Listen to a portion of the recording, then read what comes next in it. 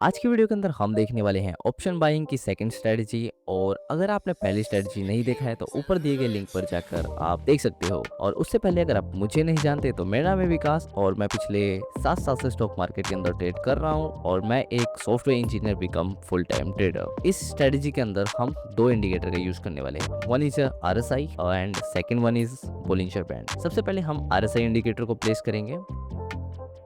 इसकी सेटिंग जो रखनी है वो कुछ इस तरह से है। अपर बैंड को आपको 60 रखना है, लोअर बैंड को मिडिल बैंड को अनटिक करना है, लोअर बैंड को आपको 40 रखना है। तो ये रखना है आपको RSI की सेटिंग। तो ये हो गया RSI की सेटिंग। अब बोलिंजर बैंड की बात करें तो बोलिंजर बैंड के अंदर आपको कोई भी सेटिंग नहीं करना है। बेसिकली एक सिंपल समझ लेते हैं। बोलिंजर बैंड के अंदर अपर बैंड होता है, जो वोलेटिलिटी हाई होता है तब कैंडल इससे बाहर निकल जाता है। जो लोअर बैंड होता है, जब वोलेटिलिटी लोअर साइड हाई होता है तब बैंड से कैंडल बाहर निकल जाता है। सिर्फ यही दो इंपॉर्टेंट है और बीच का 20 मूविंग एवरेज है। इस स्ट्रेटजी के अंदर आप यूज करोगे 5 मिनट का टाइम फ्रेम का चार्ट, फिल्टर का यूज करोगे जिसके अंदर फ्यूचर का चार्ट, जैसे मान लो आप फ्यूचर का ले लेते हो, बैंक निफ्टी का फ्यूचर के चार्ट पे आप देखोगे आवरली टाइम फ्रेम, क्या वो RSI से 60 अबाव है। अगर वो 60 अबाव है तो आपको बाइंग की तरफ ट्रेड ज्यादा मिलेंगे, मतलब बाइंग की तरफ फोकस करना है। अगर वो RSI का आवरली टाइम फ्रेम अगर वो 40 से बिलो है, 40 से इन केस यहाँ पे, तो आपको सेलिंग मतलब पुट की तरफ, पुट बाइंग के ट्रेड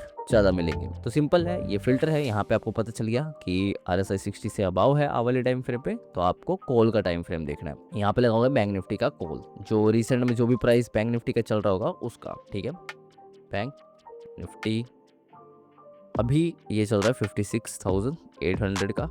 यहाँ पे आप कॉल लगाओगे, 5 मिनट का टाइम फ्रेम रहेगा। ये जैसे ही बोलिंजर बैंड से बाहर जाएगा पहला कैंडल, ये आपका अलर्ट कैंडल होगा। उसी पॉइंट पे RSI भी 60 से अबाव होगा और ये बोलिंजर बैंड से बाहर जाएगा अपर बैंड से, इस पॉइंट पे। ठीक है, अपर पॉइंट से। तो ये अलर्ट कैंडल हुआ। अलर्ट कैंडल के हाई के ऊपर आपके एंट्री बनेगी, कुछ इस पॉइंट पे एंट्री बनेगी आपकी, और अलर्ट कैंडल के लो के नीचे का आपका स्टॉप लॉस होगा, कुछ इस तरह से। अभी ट्रेड के अंदर आप कैंडल टू कैंडल ट्रेल कर सकते हो, मतलब एक कैंडल मिला तो आपने अपना ट्रेल यहाँ कर दिया, फिर उसके बाद इसी ट्रेड को यहाँ पे ट्रेल कर दिया और फिर इसके बाद यहाँ पे कर दिया। ये कंटिन्यू आप इसी तरीके से ही करोगे बैंक निफ्टी के अंदर, सिंपल। ओके, अब मान लो सेम अगर हमें पुट की तरफ ट्रेड मिलता है तब हम क्या करेंगे, पुट की तरफ भी मिलेगा तो हम पुट का लगाएंगे टाइम फ्रेम। मान लो यहाँ पे हमने लगा लिया पुट का, लेकिन फिल्टर देखने के बाद आपको पता चलेगा कि पुट की तरफ ट्रेड है या नहीं है। तो फिल्टर में पुट की तरफ ट्रेड कब मिलेगा, जब ये 60 से अबाव होगा तब। लेकिन इन केस में अभी तो नहीं है, ये अभी पुट की तरफ ट्रेड नहीं है, ये भी 60 से अबाव ही जाएगा जब RSI 40 से नीचे होगा फ्यूचर के चार्ट पे, जो हमने अभी शुरू में फिल्टर की बात करी थी वो। तो